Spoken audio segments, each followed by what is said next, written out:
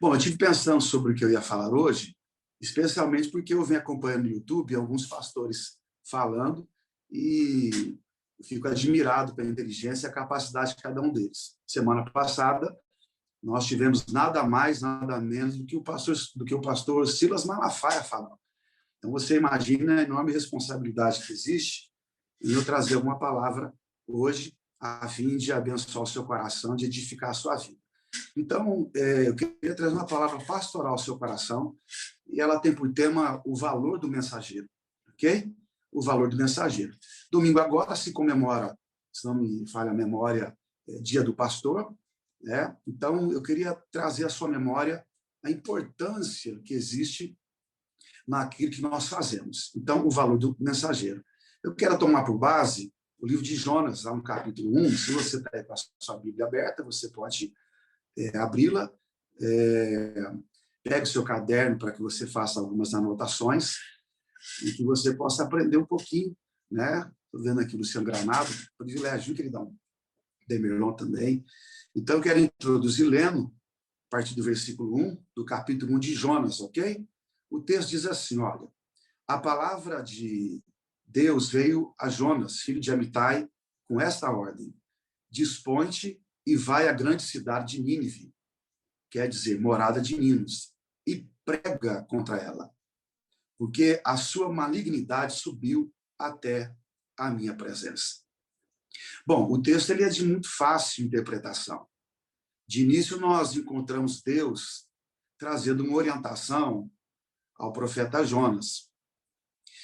E essa orientação ela vem com incumbência, pedindo a ele uma disposição de vida para que ele fosse à cidade de Nínive e lá ministrasse contra ela.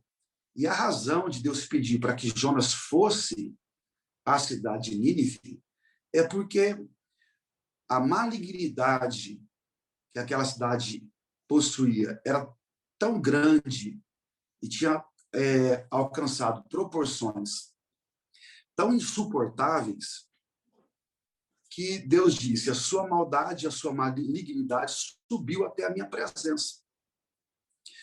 Então, nós ficamos nisso impressionados com a capacidade que Deus tem, com a sua onisciência, que é um dos atributos que Deus possui.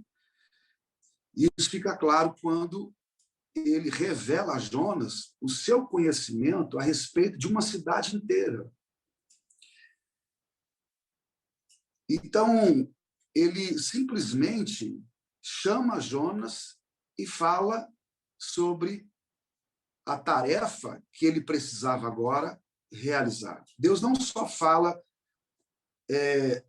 do estado de uma cidade, ele diz também que a solução para o problema dessa cidade estava na pregação, estava em se anunciar o evangelho. Por essa razão que Deus chamou Jonas. Vai à cidade de Nínive e prega contra ela. Então, o remédio para a cidade de Nínive era anunciar as boas novas, era anunciar o evangelho. Deus, então, compartilha com Jonas o seu desejo. Quando você lê o Salmo 139, por exemplo, lá você vai encontrar o salmista Davi dizendo: palavra nenhuma subiu à minha boca e o Senhor já a conhece. O Senhor conhece o meu levantar e o meu assentar. Eu não sei quantas vezes você já se levantou e já se assentou no dia de hoje. Mas isso significa que Deus conhece mesmo as coisas mais simples e corriqueiras de nossa vida, como levantar e se assentar. Quanto mais as complexas. Deus estava dizendo a Jonas que ele conhecia uma cidade inteira e que essa era a vontade dele. No entanto, quando Jonas ouve o chamado para ir à cidade de Nínive, o que é que ele faz? O versículo 3 diz que Jonas ouve, mas ele toma uma decisão. E a decisão, ela contrapõe-se à vontade divina. Ele simplesmente decide fugir da presença do Senhor. E ele parte em direção a Tarsis. O versículo 3 diz que ele entra no navio, paga uma passagem, tentando escapar da presença do Senhor.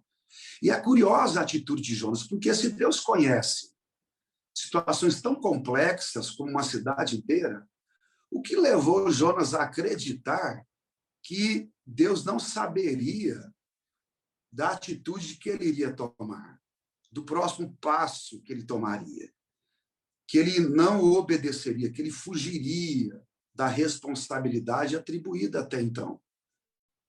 Ele deseja, nesse exato momento, ir para o lado oposto. Na verdade, ele vai para o lado oposto. Ele não obedece, ele não aceita, ele não acata a vontade divina. Então, ele entra nesse navio e ele começa essa jornada. No entanto, o versículo 4, ele introduz dizendo que Deus, ao tomar conhecimento da atitude de Jonas, fez soprar um forte vento sobre o mar e caiu uma tempestade tão devastadora que o barco ameaçava arrebentar-se.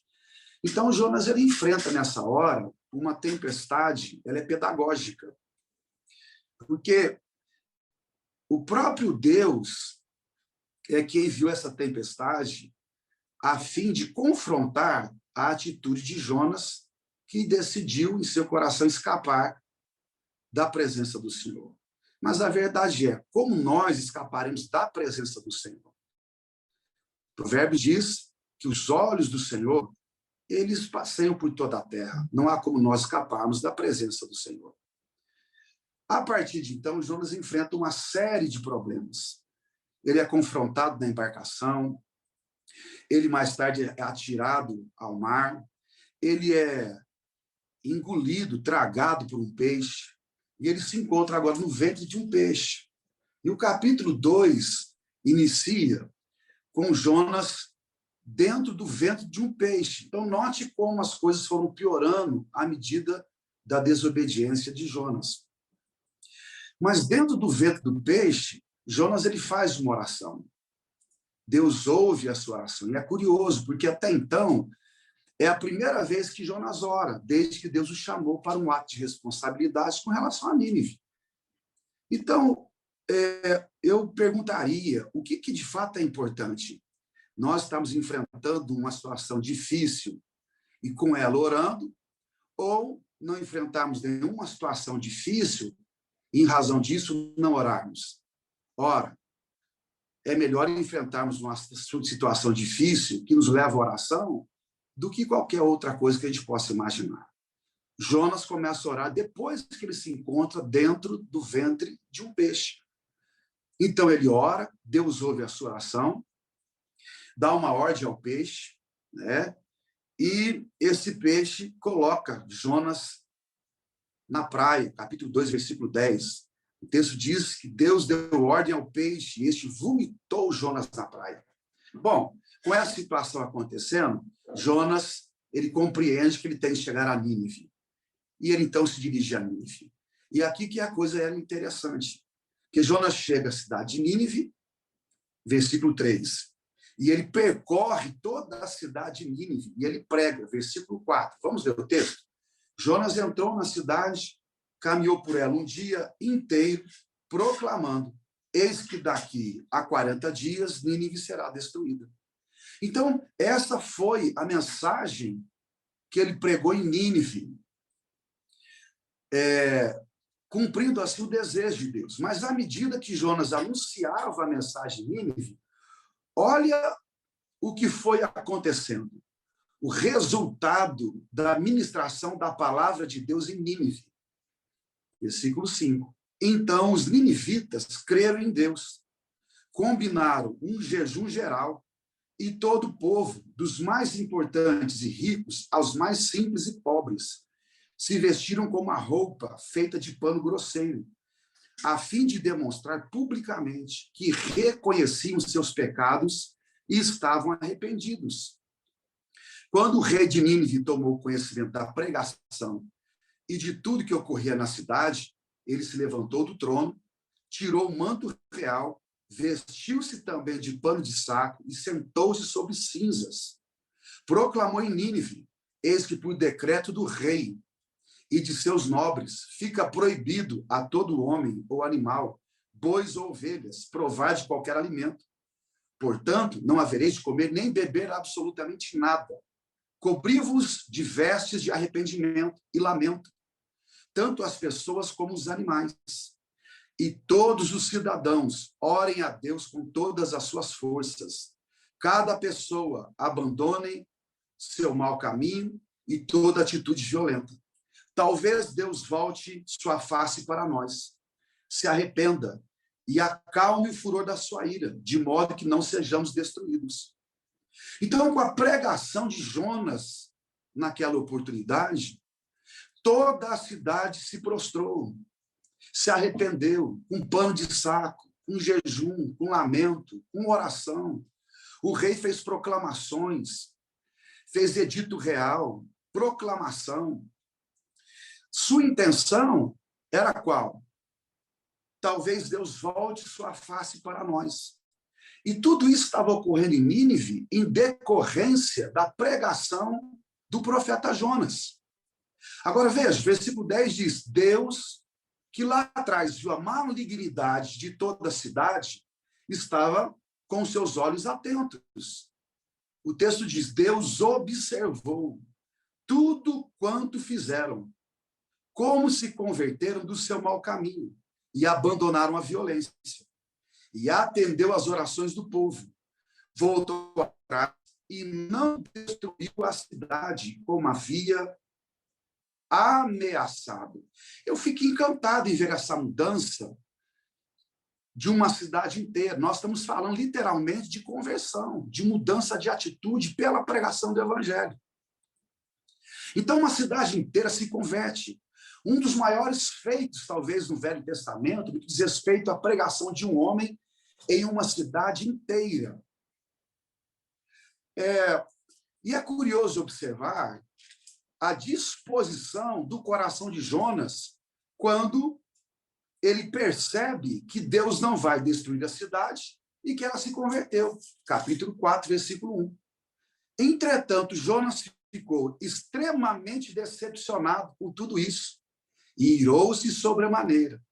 Então orou a Deus em desabafo, dizendo, Eterno, pois não foi exatamente isso que eu disse quando ainda estava em minha casa? Foi por esse motivo que decidi fugir para Tarsis. Eu sabia que tu és Deus misericordioso, compassivo, longânimo, rico em amor, e que ameaças castigar, mas te arrependes. Agora, portanto, tira a minha vida, eu te rogo, afinal, é para mim melhor morrer do que seguir vivendo. Curioso você ver a disposição do profeta. Com tudo o que estava ocorrendo, ele ainda permanece em crise. Em crise quando Deus chamou, em crise quando pregou em Nínive, em crise após o resultado tão maravilhoso da mensagem que ele entregou na cidade de Nínive. Isso nos mostra, muitas vezes, que Deus ele gera filhos em nosso ministério, mesmo quando nós estamos enfrentando um período de crise. Um período que nem nós conseguimos resolver. Crise por todos os lados. Agora, você pensa um pouquinho. A conversão daquele povo na cidade fez com que brotasse enorme alegria no reino, as pessoas estavam em festa, as pessoas estavam bem em sua casa, não seriam mais desarraigados da terra. Há uma transformação na cidade.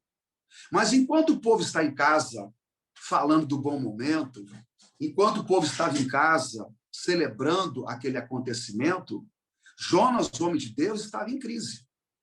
Jonas se afastou em crise. E quem é que sabia da crise que Jonas estava vivendo? Ninguém, só Deus. Qual foi o preço? Olha, nos parece que foi muito mais complicado Deus tratar com o profeta do que com a cidade. Agora, veja, qual foi o preço do arrependimento de uma cidade inteira, dela ser abençoada? Nós poderíamos dizer rapidamente, o preço foi as noites mal dormidas que Jonas teve no ventre de um peixe. O preço foi ele ser confrontado pelo próprio Deus. O preço, ele mesmo não entender a razão do seu mau humor, ainda que ele tivesse uma indisposição enorme contra os ninivitas, que eram inimigos tradicionais de Israel. E ele, como judeu fervoroso, não queria que Deus salvasse os inimigos de Israel. Não estava concordando com a graça de Deus ser oferecida a quem ele não gostava, a quem ele não queria. Por essa razão é que ele não queria cumprir com aquilo que Deus estava lhe dizendo. Mas esse era o preço. Então, veja, na maioria das vezes, você que está pastoreando o ministério, as pessoas elas não vão compreender como é que foi a sua noite. Não vão saber da crise que você está passando. Mas lá está o recado sendo dado, pessoas sendo abençoadas, mas elas não sabem da noite mal dormida que você teve. Elas não sabem da crise interna que você está atravessando. Ontem à noite, aqui em minha casa, eu recebi um telefonema de um pastor muito querido. Era 11 horas da noite, e ele veio aqui em casa buscar um remédio para poder dormir, que ele não está conseguindo dormir. Um belo de um pastor. E aí ele veio, conversamos um pouco, eu dei a ele o remédio, um ansiolítico, para ele poder dormir, e ele me falou comigo agora de pouco, dormir que nem uma criança. Você pode me perguntar, pastor, por que o senhor deu um ansiolítico para ele? Bom, eu tive Covid em dezembro. E qual foi a minha maior dificuldade após o Covid? Dormir. Então, por isso que ele me procurou. Se alguém sabe como dormir hoje, é o pastor Edmar. Então, crise. Mas em nenhum momento na crise, deixei de pastorear como deveria. Mas o povo sabe das nossas noites mal dormidas? Absolutamente que não. Esse é o preço, muitas vezes, que nós estamos pagando para que o evangelho ele avance. Olha, vocês se lembram como no livro de Ruth, a vida dela e de Noemi mudou radicalmente quando Elimeleque, Malom e Quilion faleceram? Eles eram os homens da casa. Na verdade, Noemi saiu de Belém e foi para a terra de... Alguém me lembra aí? Vou baixar aqui. Moabe, para a terra de Moabe, por conta de que não havia uma crise de alimento em Belém. Eles vão tentar a vida em Moabe, mas lá em Moabe, Elimeleque morre, Malom também, Quilion também, e na ocasião, Noemi tinha 2 noras, Orfa e Ruth. Mas sem os maridos, lá no capítulo 1, versículo 5, diz que elas ficaram desamparadas, sem amparo algum. Então, o momento era de crise, momento difícil. Mas lá no versículo 6, há um dado importante no livro de Ruth. A Bíblia diz que Ruth, que Noemi, ela soube em Moabe que o Senhor visitara seu povo, provendo-lhe boas colheitas. Então, ela se aprontou para deixar Moabe com as suas noras. Elas partiram dos campos de Moabe com o objetivo de voltar para Judá, Então, veja, havia uma crise, porque perdeu o marido, perderam filhos, desamparadas, solitárias. O que seria, então, dessa nova composição familiar? Foi, então, que Noemi ouviu falar que Deus em Belém estava visitando o seu povo. De Belém a Moabe, havia um percurso de 70 quilômetros de distância. E a pergunta que eu faço é, qual foi o mensageiro que trouxe a palavra até as terras de Moabe, dizendo que Deus visitava o seu povo, dando-lhe pão em Belém? Como ela soube que Deus estava fazendo algo novo numa terra que ela havia deixado anos atrás? O impacto da notícia foi tão extraordinário para a vida de Noemi, que mesmo sofrendo como ela estava sofrendo, amargurada como ela estava, ela se levanta e parte para as terras de Belém. Dentro da jornada, ela conversa com as suas noras, Orfa volta para Moabe e Ruth permanece com Noemi. Mais tarde, nós sabemos que Ruth se casa com Boaz, e o resultado do casamento com Boaz é que ela gera um filho chamado Obed, que é o pai de Jessé, que é o pai do grande rei Davi. Então, olha o final da história. Que coisa fantástica. No capítulo 4, versículo 13 do livro de Ruth, nós vamos encontrar essa narrativa que eu quero chamar a sua atenção. 4 e 13. Boaz casou-se com Ruth, e ela tornou-se sua esposa. Amou a Ruth, tiveram relações sexuais, o Senhor abençoou Ruth, engravidou e deu à luz um filho. As mulheres comentaram a Noemi: bendito seja Deus, que não te deixou sem alguém para te resgatar. Que o nome do teu neto seja célebre em Israel. E este menino te abençoará com nova vida e te sustentará e consolará na velhice, porquanto é filha de tua querida nora, que muito te ama, que te é melhor do que 7 filhos. Noemi tomou o menino em seu colo e passou a cuidar dele como se fora mãe. Assim que as mulheres da vizinhança viram o menino, exclamaram: eis que Noemi tem um filho. Lhe deram um nome chamado Obed, pai de Jessé, que por sua vez se tornou pai do grande rei Davi. Gente, olha o que Deus faz através de uma ministração. Noemi ouve uma palavra, e essa palavra dá a ela ânimo, força para ela se levantar. Ela vai para Belém. Há uma revolução estrutural em sua vida. Com isso, Ruth casa. Nasce um filho. Esse filho gera Obed, que gera Jessé, que gera Davi. Então, vejam, Deus dá a Ruth e a Noemi, na genealogia delas, um rei. Quem poderia imaginar que uma mulher desamparada, que Ruth, que aproveitou sobras da colheita num campo, espigas que caíam num campo, pobre, teria em sua vida um final tão extraordinário? E tudo isso ocorreu porque um mensageiro passou por Moabe, dizendo que Deus visitava o seu povo em Belém, dando-lhe pão. Como é importante nós anunciarmos o evangelho. Nós não sabemos o que Deus vai operar e como ele vai usar a nossa palavra onde ele nos colocou. Vamos avançar mais um pouquinho, gente? Vocês estão comigo? Mais um pouco, gente.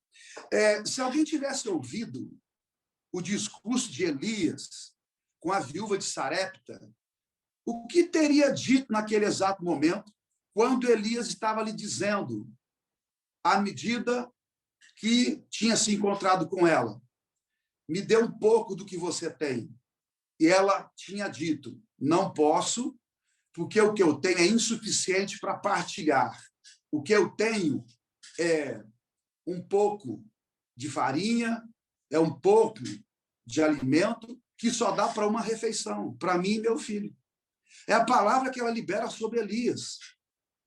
Bom, se eu estivesse ouvindo Elias naquele exato momento, nessa conversa com a viúva, especialmente quando ele diz: vai, faz primeiro para mim e depois para a sua família, eu teria dito que Elias é um homem insensível, aproveitador.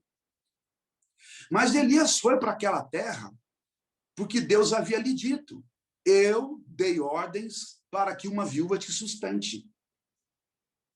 Ele era um homem incumbido de promover mudanças na casa dessa mulher. Mas ele vai. Alguém diria que ele é insensível. Acabe chamou Elias de perturbador de Israel. ele liberou uma palavra em Israel, e você pensa agora, qual era a informação que se dizia dentro do palácio de Acabe, ou pelas ruas de Israel, por aquele que detinha o poder, que era Acabe? Ora, descontentes com a seca, certamente diziam que Elias ele era um perturbador. De quando em quando, por causa da mensagem que possuímos, as pessoas vão dizer que nós estamos perturbando a paz. Foi a esse respeito que falaram de Paulo, lá em Éfeso, se não me falha a memória. Ele estava perturbando a cidade, causando confusão. Logo, o povo começou a clamar em alta voz a respeito da Diana dos Efésios, por causa da mensagem de Paulo. Você pensa que, de quando em quando, vão dizer que você é insensível, por causa daquilo que você está proclamando, pedindo, anunciando. Olha, a sua palavra liberada de quando em quando, ela vai incomodar, porque ela é de confronto. Você pensa, Davi comete um erro de proporções indescritíveis quando toma Betseba e manda matar Urias. Faz tudo escondido, mas Deus viu e não se conteve. E enviou Natã com uma mensagem, com uma palavra de confronto. Assim é o ministério. De quando em quando, nós temos que liberar uma palavra que Deus ordenou e que as pessoas vão nos julgar por isso. Mas veja,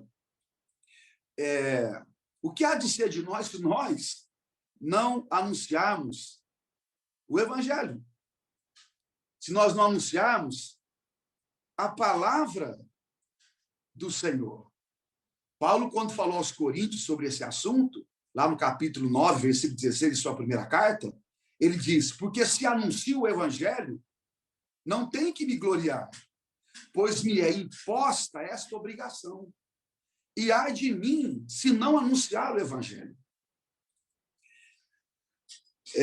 Vocês lembram da ocasião em que Paulo escreveu sua carta a Filemon? Olha o que ele diz lá no capítulo 1, versículo 10. Lindo texto, olha só. Venho interceder a favor de meu filho Onésimo, que gerei enquanto estava na prisão. Ele, no passado, te foi inútil, agora é útil, tanto a ti como a mim. Eu o envio de volta a ti,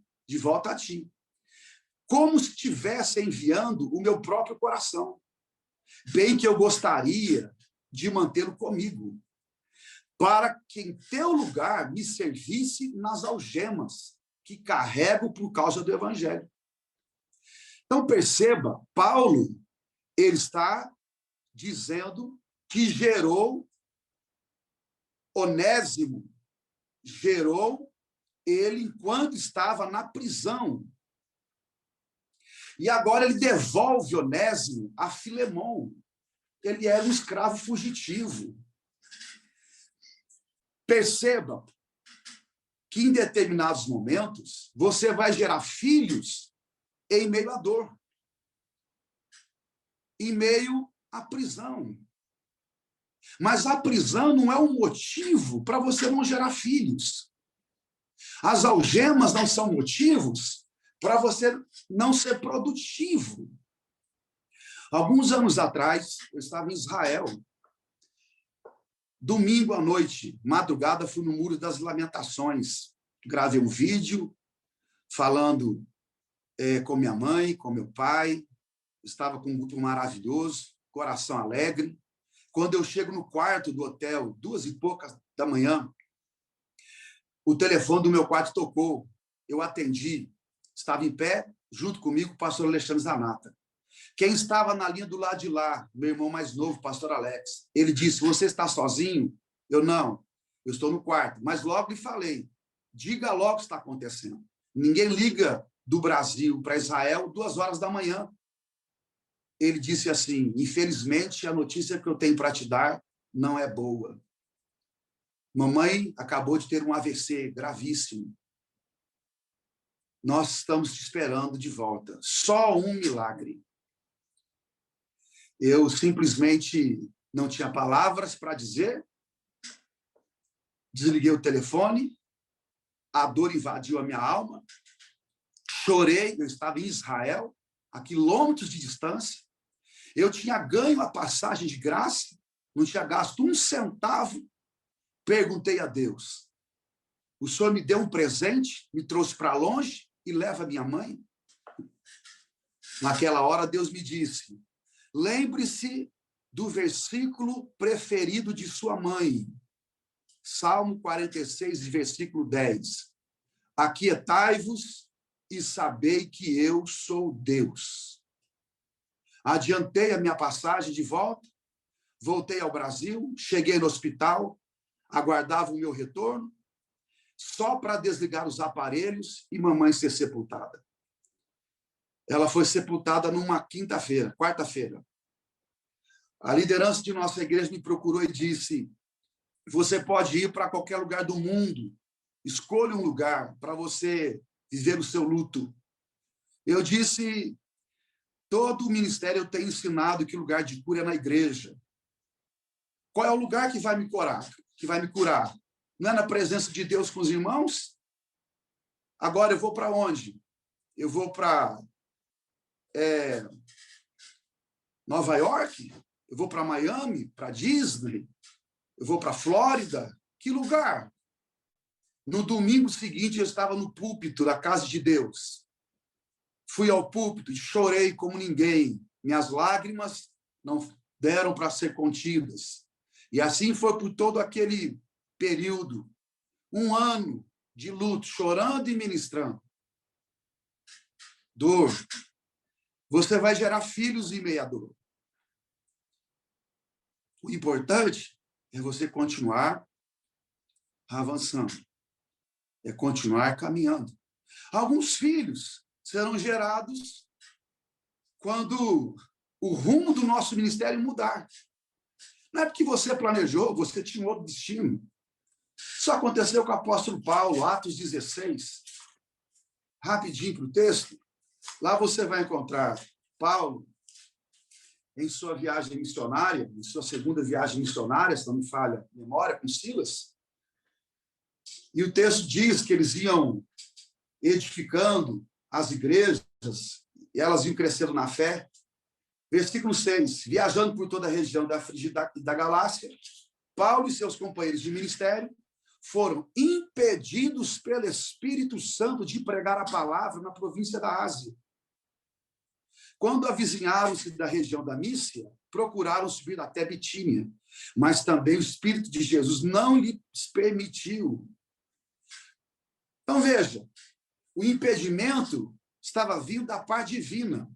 Quando Paulo fala aos Tessalonicenses, o amor que tinha por eles, Paulo disse, eu tentei visitá-los não só uma vez, mas 2, mas Satanás me impediu. Então, aquele impedimento não foi originado em Deus. Este foi originado em Deus. O que é curioso e maravilhoso compreender é o discernimento espiritual de Paulo. Ele sabia quando o impedimento vinha através do seu adversário, quando isso ocorria, ele resistia. Quando o impedimento vinha através de Deus, em vez dele resistir, ele se submetia. Então, ele se submete. E naquela noite, ele tem uma visão, passa a Macedônia e nos ajude. E ele compreende que Deus estava enviando ele para a região da Macedônia. Ele, então, rapidamente organiza a sua comitiva e vai para aquela região. Agora, pensa comigo, Paulo não era um homem desorganizado. Uma viagem missionária exigia organização, navio, embarcação, alimentação, pessoas, comunicação de destino, convencimento de pessoas para tal lugar. De repente, Deus muda tudo.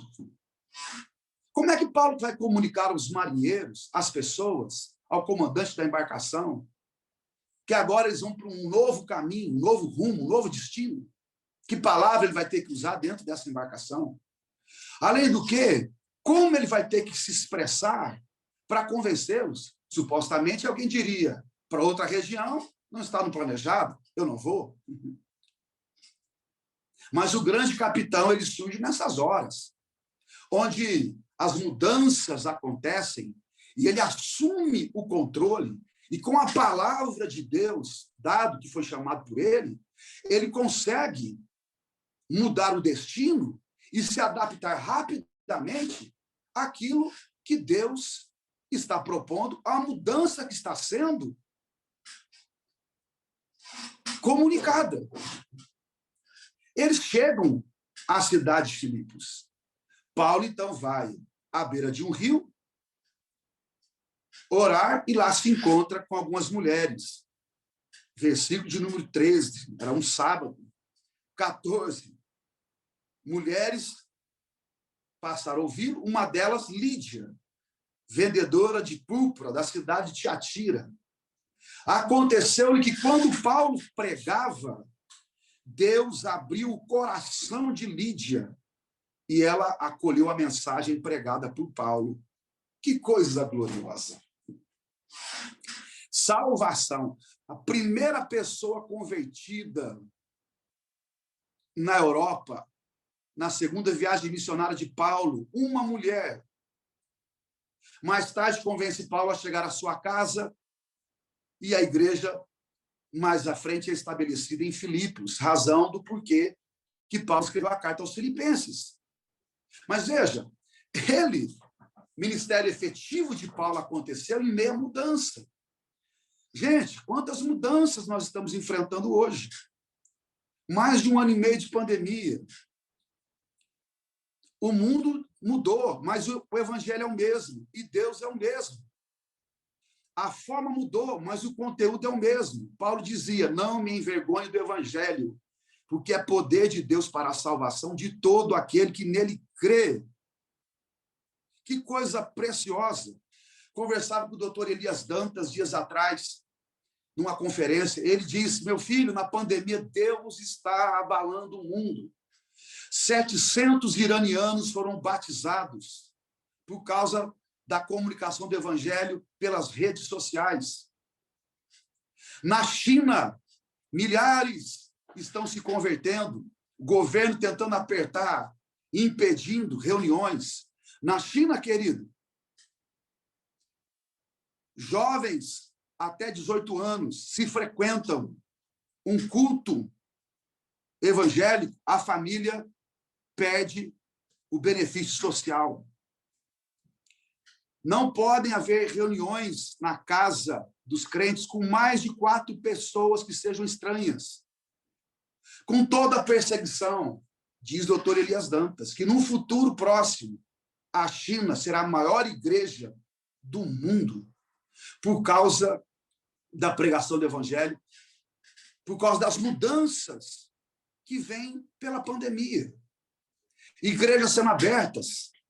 Na Síria, um casal foi enviado para a Síria pelo coral, pela igreja do Atoto, de Uganda. Um casal, o melhor casal de líderes que eles possuem. Uganda, no ministério Atoto, eles têm 60 corais. Eles enviaram o casal, o líder deles, para a Síria, para começar um trabalho de musicalização na Síria, por causa do evangelho, compartilhando o evangelho. Olha, as mudanças chegaram, mas Deus salva através delas. Eu comecei a compartilhar os cultos com a minha tia-avó, 90 anos, em Porto Alegre. Não gostava do evangelho, não gostava de crente. Dias atrás, ela mandou um WhatsApp dizendo, meu filho, eu comecei a assistir os cultos. Como você fala bonito. E em meias lágrimas, a minha tia disse, continue enviando os cultos, por favor. Domingo passado, preguei sobre a Santa Ceia. Através das mídias sociais, fiz uma oração para quem não conhecia Jesus. Um menino de 9 anos de idade se ajoelhou perante a televisão e aceitou Jesus. Filhos que são gerados quando o ministério sofre mudanças. Não fique preocupado com isso. Continue pregando a palavra. Continue avançando. Continue crendo. Continue compreendendo que Deus, ele deseja que você anuncie o evangelho. Filhos que nós iremos perder após darmos o melhor de nós. Você lembra quando Paulo disse: saúda-vos, Lucas, o médico amado, e Demas? Demas fazia parte do ministério de Paulo, mas quando ele escreve sua última carta a Timóteo, capítulo 4, versículo 10, ele diz: Demas, tendo amado, mas o mundo secular me abandonou. Você precisa compreender que, por melhor que você faça no ministério, você vai perder filhos que você ama. O que Demas não viu em Paulo? Ele caminhou com Paulo, viu Paulo ministrando, foi discipulado pelo apóstolo. Eu tenho certeza que Paulo deu o que ele tinha de melhor. Mas Demas foi corrompido pelo mundo. Tendo amado, o mundo secular me abandonou. Foi assim que Paulo deu notícias à igreja a respeito da perda de um filho. Mas o ministério reserva para nós perdas assim. Você investiu na família, você fez o melhor que você podia, você visitou, você ungiu, mas nessa crise, nesse momento de pandemia, você descobre que eles te abandonaram. E não pelos motivos corretos, mas pelos piores. Pelos piores. Mas, ao final, querido, quando observamos todo esse cenário no passado e nos transportamos para o presente, para o agora, o quadro apresentado por Jesus já em seus dias deve trazer à memória as oportunidades que existem. Note o que Jesus disse a cada um de nós já em seus dias: erguei os vossos olhos e observai, os campos estão brancos, preparados para a colheita. A seara é grande e a ordem foi dada: ide por todo mundo e pregai o evangelho a toda criatura. Então, nós observamos todo esse cenário sobre a pregação e importância do evangelho, o que o evangelho produz, o que nós podemos estar enfrentando, dores, crises, mudanças, mas ainda assim há uma compreensão de que as oportunidades estão aí e que algumas lições nós precisamos tirar para o dia de hoje. A primeira delas, guarde no seu coração: saiba valorizar o ministério. O que recebemos é algo extraordinário e indescritível. Saiba valorizar o ministério. Olha, entre a sua família, na sua cidade, no mundo, Deus olhou e escolheu você, separou você pela razão do céu. Você pode dizer que você não tem nada a oferecer, você pode dizer que você é o menor da sua casa, como Gideão, sua família é menor, você não tem o que fazer, mas veja, Deus está lhe dizendo: eu sou contigo, homem valoroso e valente. Vai na sua força. Deus não quer que você tenha absolutamente nada além daquilo que você tem. O que Deus espera é que você corresponda ao chamado. Com 300 homens, Gideão operou um grande livramento em seus dias. A questão não é o que você tem, é quem luta com você. É quem está com você. Você pode ter pouco, mas se esse pouco que você reputa ser vem com a bênção de Deus e com ele à frente, tenha certeza de que o milagre vai acontecer. Então, valorize o ministério. Valorize, especialmente porque 1 Coríntios 15 e 21, Paulo diz: aprove a Deus salvar os crentes pela loucura da pregação. Aprove a Deus salvar os crentes pela loucura da pregação. Ninguém que se encontra aqui hoje me ouvindo, ninguém que vai nos ouvir posteriormente, pode afirmar que nunca foi alvo de uma única ministração, de gente que em algum momento estava servindo ao Senhor, em crise, tendo as suas dores, sem compreender a si mesmo, ou no momento de alegria, de euforia, não importa. Todos nós recebemos a salvação, recebemos o chamado, fomos abençoados através de alguém. Meu professor da escola dominical chamava Gerson Silvio Penteado. Meu primeiro pastor, que me apresentou ao Senhor, Sebastião. Meu primeiro pastor, Marinésio Soares da Silva. Meu pastor que me casou e batizou nas águas, pastor Aguiar Valvassoura, e me encaminhou ao ministério. Meu pastor que me discipulou, pastor Collins. Todos eles ministraram em minha vida. O que eu sou é porque eu recebi.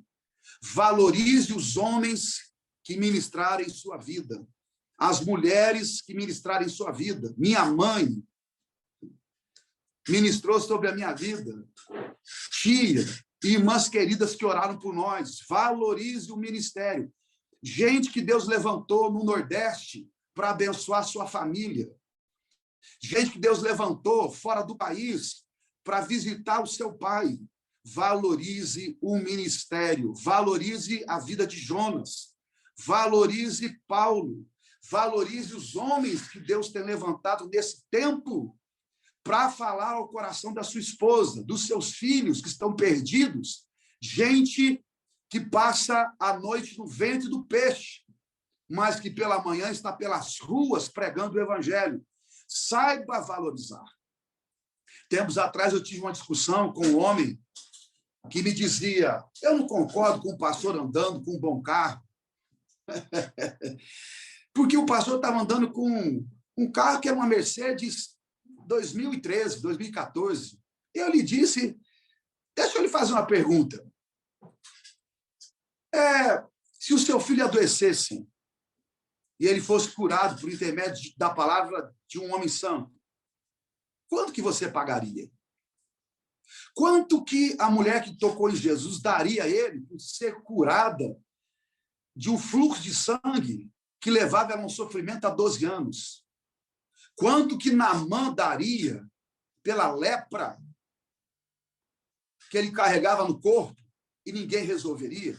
Aquele irmão ficou me olhando e dizendo: quanto que a viúva de Sarepta daria a Elias quando seu filho morreu e ele levou aquele garoto a um quarto e orou sobre ele e ele ressuscitou e ele devolveu o filho à sua mãe? Quanto nós daríamos ao nosso pastor, a um irmão precioso que, ao ministrar uma palavra, alcançou o coração do nosso filho, nos curou na vida emocional, nos sarou das nossas crises? Quanto vale? Quanto custa? Não tem preço. O evangelho não tem preço, porque ele custou a vida de Jesus. Não existe preço, irmão. Absolutamente, valorize o que você recebeu. Você é filho de Deus, você é um príncipe, você é embaixador de Cristo, você foi chamado. Valorize. O preço foi alto, não tem preço. Foi o sangue de Jesus, foi a vida do Pai. Valorize. Valorize. Mateus 10, 40 e 41 diz: quem recebe um profeta por reconhecê-lo como profeta, receberá a recompensa de profeta. Valorize. A sunamita, lá em 2 Reis, capítulo 8, se não me falha a memória, quando viu Eliseu passando pelas ruas, disse ao seu marido: vamos fazer um quarto para receber o homem de Deus em casa. É um homem de Deus, e o homem de Deus não pode ficar longe de nossa família. O homem de Deus não pode ficar sem vir à nossa casa. O homem de Deus não pode ficar sem dar assistência à nossa vida. O seu marido, que era idoso, fez um quarto para Eliseu. E toda vez que Eliseu ia para aquela região, ficava naquele quarto. Um dia Eliseu disse a Geazi: essa mulher nos trata tão bem. O que eu posso fazer por ela? Pergunte, Geazi. E Geazi foi perguntar a ela, e ela disse: eu não preciso de nada, eu estou bem. Geazi volta com a palavra a Eliseu, mas lhe diz: eu sei, perdão, que ela não tem filho.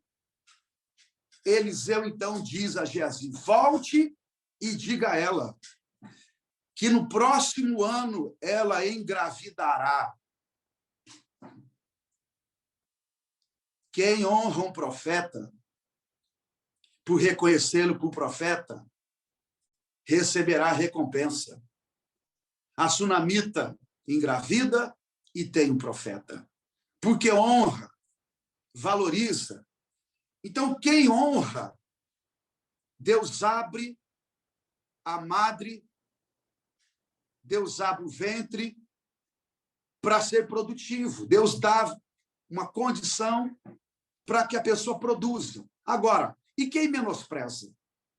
E quem não honra? E quem desonra?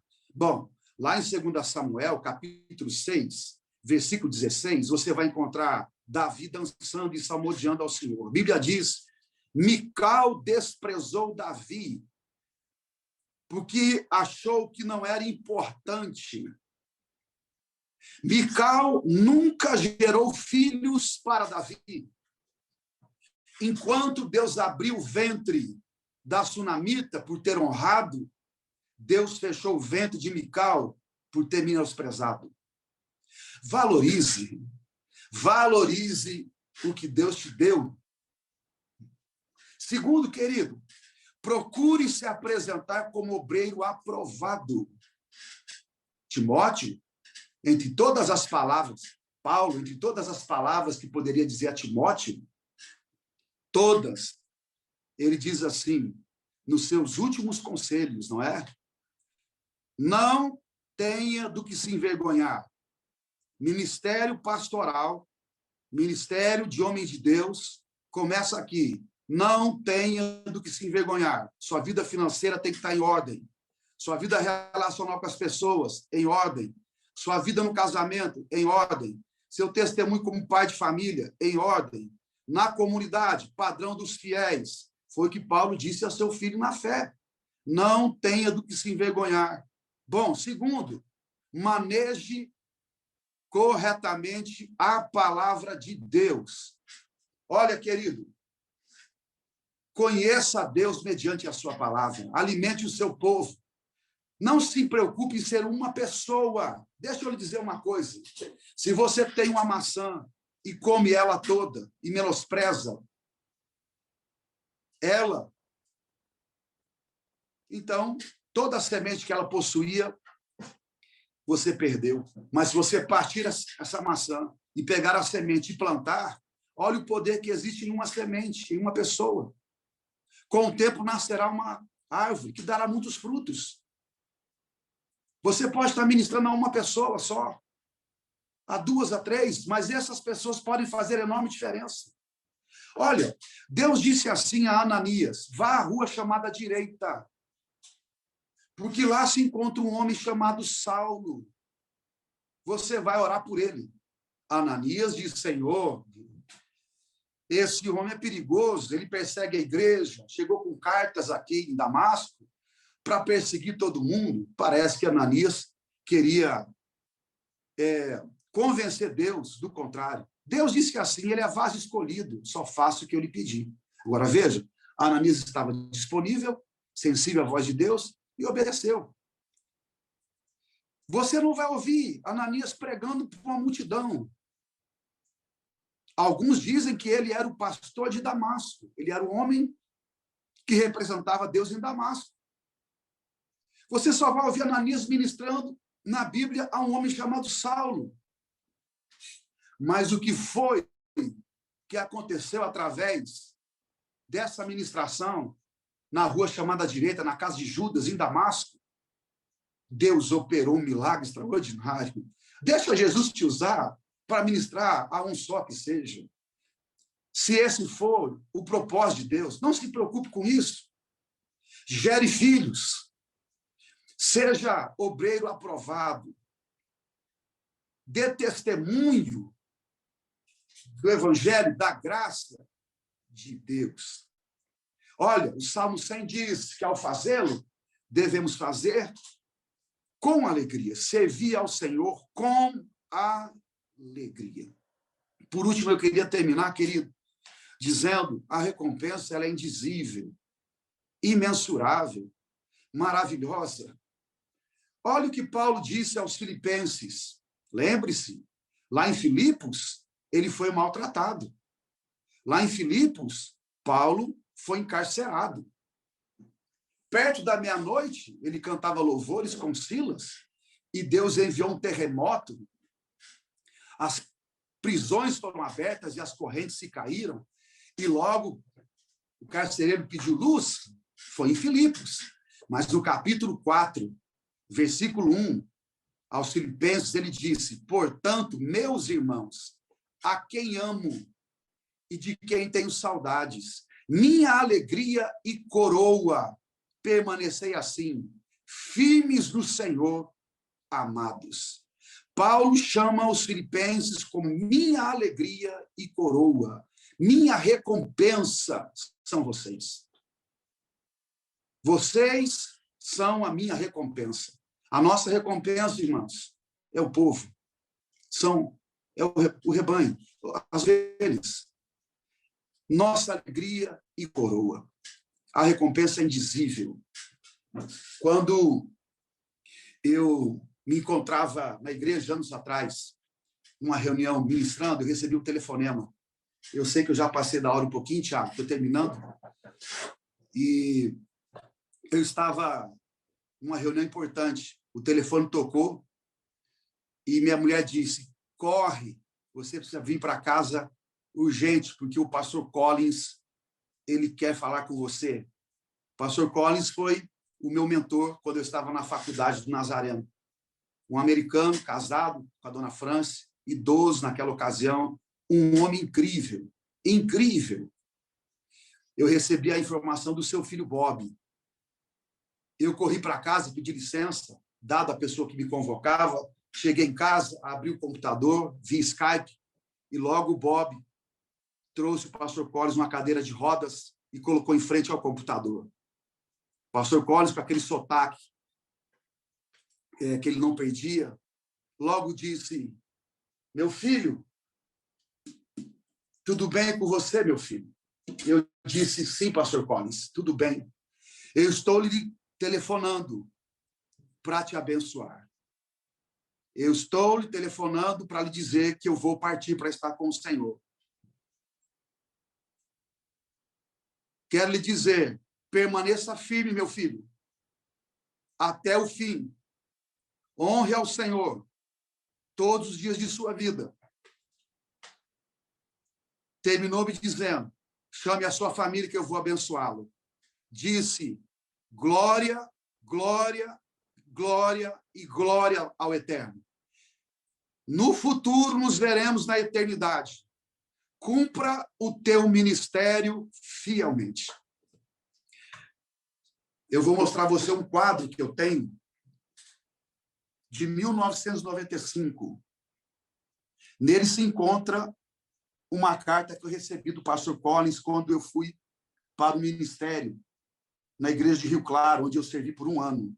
Ele enviou uma carta me encorajando. Eu tenho essa carta no meu quadro, no meu escritório, como tem também o último sermão do pastor Aguiar, quando ele pregou na igreja, antes que seu filho assumisse. Eu tenho o último sermão dele num quadro. Ele disse: glória, glória e glória. Nos veremos na eternidade. Permaneça firme. Foi assim que ele me abençoou. Desligamos o computador. Eu chorei muito, agradeci o que ele havia feito por mim. Foi ele que me levou para os Estados Unidos pela primeira vez, me aconselhou, me abençoou. E eu queria terminar dizendo que Hebreus diz, no capítulo 11, a respeito do pastor Collins e de tantos outros que já descansaram.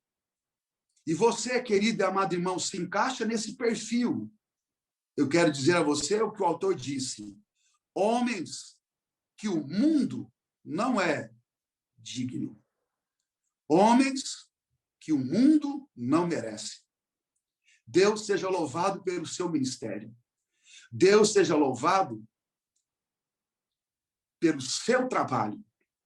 Permaneça firme até o fim.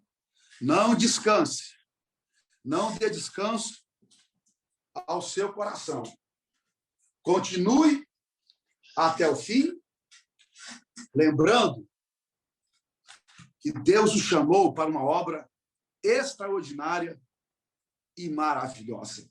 Fiel é aquele que nos chamou, o qual também o fará. Em Deus você tem tudo o que você precisa. Em Deus você tem tudo aquilo que você necessita para realizar um ministério maravilhoso. Parabéns pelo dia do pastor que está chegando, dia 9 agora, ou segundo domingo agora, de junho.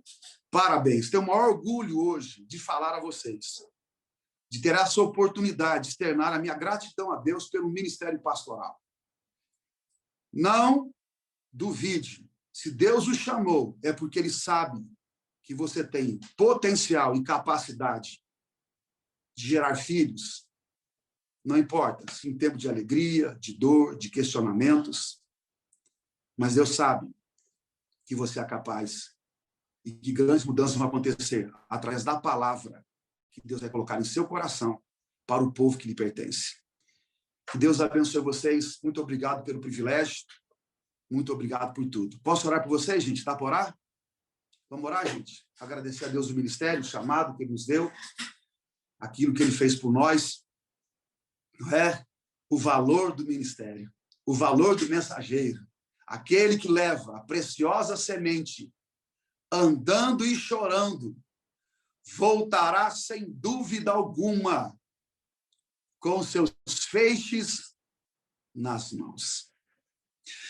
Querido e amado Deus, nós queremos te agradecer. Bendito seja o Pai de nosso Senhor e Salvador Jesus Cristo. Que o Senhor nos abençoe. Muito obrigado pelo chamado, Senhor. Muito obrigado, Senhor, pelo ministério pastoral. Muito obrigado pela igreja que estamos pastoreando. Alguns gerando filhos em meio à dor, outros com crises, com mudanças, sem entender o que está acontecendo, com noites onde o teu filho mal consegue dormir, mas ele está lá, abrindo a igreja, trabalhando e lutando. Senhor, dá vitória ao teu servo, envia recursos ao teu filho, dá a ele criatividade ministerial, que não lhe falte palavra, que não lhe falte a tua presença, que não lhe falte paixão, que não lhe falte resiliência, que não lhe falte, Pai, domínio da situação, sobretudo uma vida frutífera no espírito, que não lhe falte, Pai, a compreensão da palavra que o Senhor deu a Josué no momento de transição. Assim como eu fui com Moisés, eu serei contigo, Josué. Ó Deus, que o teu filho saiba que ele nunca estará sozinho. Eis que eu estou convosco todos os dias, até a consumação dos séculos. E essa palavra, meu Pai, essa promessa foi nos dada no cumprimento da grande comissão. Pai, que haja uma grande colheita através do ministério do teu servo, através do ministério do teu filho. Assim nós abençoamos, Pai. Abençoamos esse ministério que nasceu no coração do pastor Tiago. Que esse ministério seja para o louvor de tua glória. Assim oramos, Pai, abençoamos os teus filhos e te agradecemos pela oportunidade de compartilharmos a tua palavra e te glorificarmos, porque o Senhor nos chamou por profetas, o Senhor nos chamou para pastorearmos o rebanho, e nós sabemos do valor que existe o ministério. Assim oramos agradecidos em nome de Jesus Cristo, o nosso Salvador. Amém e amém.